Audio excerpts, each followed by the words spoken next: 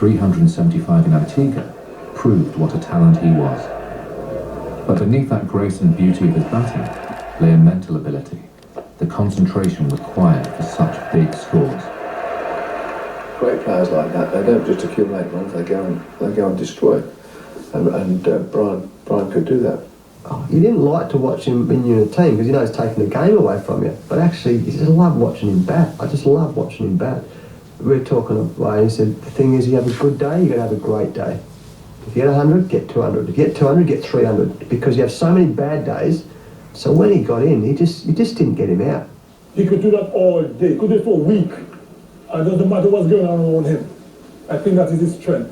I think his mental strength was the key, and of course, I think he reads the game better than anyone I've played with, and the ability to predict where bowlers are going to bowl their next ball. He was very consistent, that's the first thing. At the end of the day, my view is I rank consistency above everything else. How you do it is up to you, but he was very consistent in that he turned out runs regularly at every level. Look at the amount of doubles and triples that he's had. You have to be able to concentrate to score that many runs, you know. He's not one that will just get 100 and be satisfied with it. He wants to get big ones. And I think his concentration was key. Lara amassed over 2,000 runs at an average of 89.82 as Warwickshire won the treble of Championship, Sunday League and Benson and Hedges Trophy. It was one of the most remarkable seasons ever seen in English county cricket. You know, he was fantastic that year. The confidence that you gain from having someone like that playing with you is immense. I remember playing in Middlesex against Warwickshire, and he came in batting number 4, so he came in just before lunch, I reckon. And by stumps, he was 200 and whatever not out. He's just beautiful to watch. He's a genius. He was different class. When he came to Warwickshire for that 1994 season, he was just the best player in the world at the time, unquestionably. But success wasn't replicated with the West Indies as the team continued its decline. Now captain, Lara oversaw the 98-99 series in South Africa. It was a disaster, as the tourists suffered a humiliating 5-0 series whitewash. I think that probably the most disappointing thing for him is the fact that he couldn't get us to win on a consistent basis. I think that probably was something that played on Brian's mind because he wanted success all the time. But in the sports, you can't predict when you're going to have it and when you're not going to have it. And, you know, we had some good days and some bad days. But I think he wanted to be a captain. He wanted to be a successful captain. Less than 2 months later, they faced an Australia side quickly making a name for themselves as one of the best in cricket history. They just come back from South Africa, having been beaten 5-0, and the selectors put him on probation for his captaincy. They said it was weakness of leadership and so on. Came into the series with his neck on the chopping block with his captaincy. We won the first test in Trinidad. I think I picked up 5 in each innings. I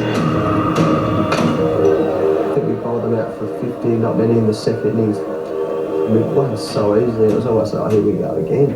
I think everyone said, well, that's his time done. The second test in Jamaica, Brian Lara, before he tossed the coin, said, oh, this is the last time I ever have to do this. Thank goodness for that. The West Indies cricket board offered him the captaincy for the first 2 test matches, which is very unusual. And we were going, oh, how good's this? Like, Brian, they've given up. We took 4 wickets for nothing the night before, and then Jimmy Adams and Brian Lara batted all day.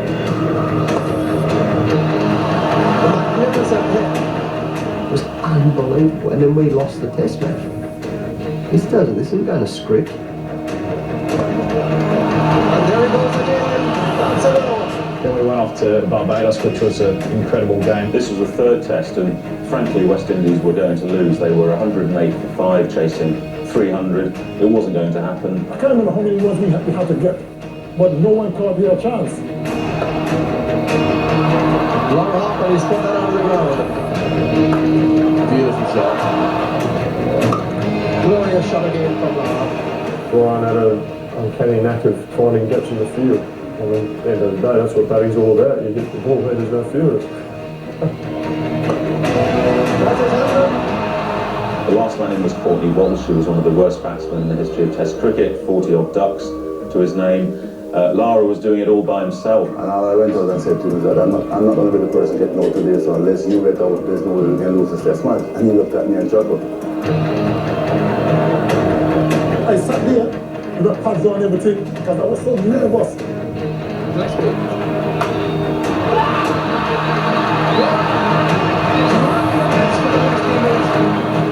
I wanted to feel the pads, everything's still on because I was so tense. But to me, I think that was a brilliant innings of Brian. Big men pumped at each other at Kenton over then. Bidding swung, it was just amazing. It really was. Wisdom said watching him lead his men to victory was as if he led the infirm through a maze, which is maybe not terribly politically correct, but kind of summed up the way in which he alone stood above his teammates.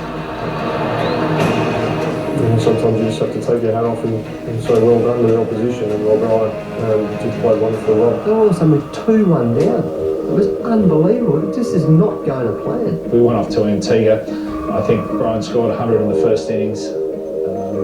And then I got him out for a duck, I'm pretty sure, in the second innings, and we went on to win that fourth test to draw it at 2-all, and we retained the Sir Frank Worrell Trophy. So it was an amazing series, and Brian Lara was a real standout. So that was an amazing cricket series, really. It was almost like it was us against Brian Lara and the West Indies around that, and that's just how well we played. In October 2003, Australia's Matthew Hayden scored 380 against Tasmania, Zimbabwe at the Wacker in Perth, beating Brian Lara's world record by 5 runs. If it was going to be broken, that record, it would only be in Perth, such that the winds and make the one side of play pretty much on all the time. You miss hit at 6, so provided you sort of follow some simple rules, you can score really quickly there. And so when Matthew even got it, I knew that there was some fire in Brian belly that he's going to get back there to be amongst it. I think he would have played on his mind, and I think he would have been very calculating about it. He would have set his mind and said, well, fine, okay, if the opportunity arises again, then I'll click into whatever mode I need to click into to have a go again. So what did Lara do? He went out and pinched it back against England at Antigua again, the same place, a great sense of occasion. He just decided to go a bit better.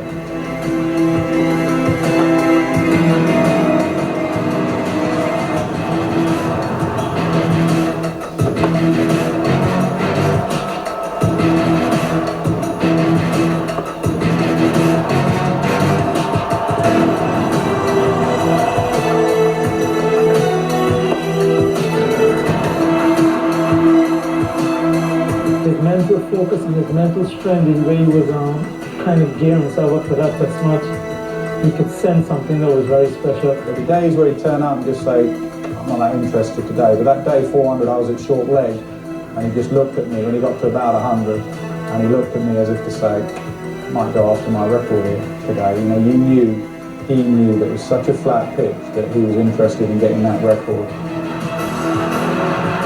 300 odd runs later, he'd got it again.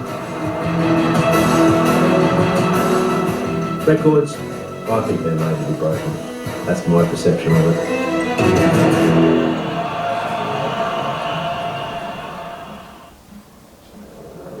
In November 2005, now aged 36, Lara added yet another record to his burgeoning collection. His 226 against Australia in Adelaide saw him overtake Alan Border as the highest run scorer in Test history. Because he's so strong mentally, I don't think he believes anything is beyond him. And obviously, if there's a mountain ahead of him, I think you try and climb it. That innings where he broke the record, he made over 200 against us in Adelaide, and it was a flawless innings. It was absolutely amazing. And I actually enjoyed it. As much as it was an extremely long day in the field, it was such beautiful batting to watch. I don't think he really gave any chances. He was aggressive. He looked in control the whole time. And Brian can do that. Sometimes you look like you're going to get him out anytime he's not switched on, but the times he's switched on, he's just incredible to watch. Lara's career figures are simply outstanding. 131 tests, scoring 11,953 runs at an average of 52.88. He remains the only quadruple centurion in the history of Test cricket and is the only man to score 500 runs in a single first-class innings.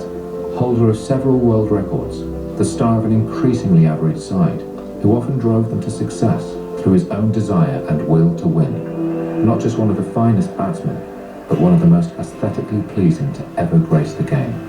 I've been on record saying of opponents that I played against, he's right up there, if not best batsman I bowled to.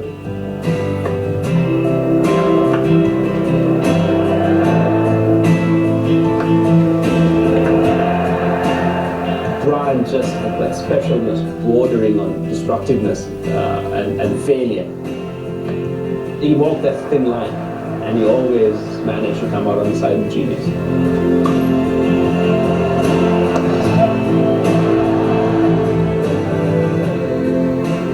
Unless you actually landed the ball exactly the spot on the wicket that you wanted to bowl it at, it was potentially going for runs. So for me, it's as simple as that.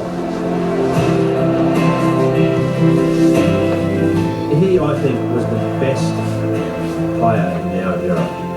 You know, he just had it all. He just wanted to play all the shots, and no matter how well you bowled to him, he would still play those shots.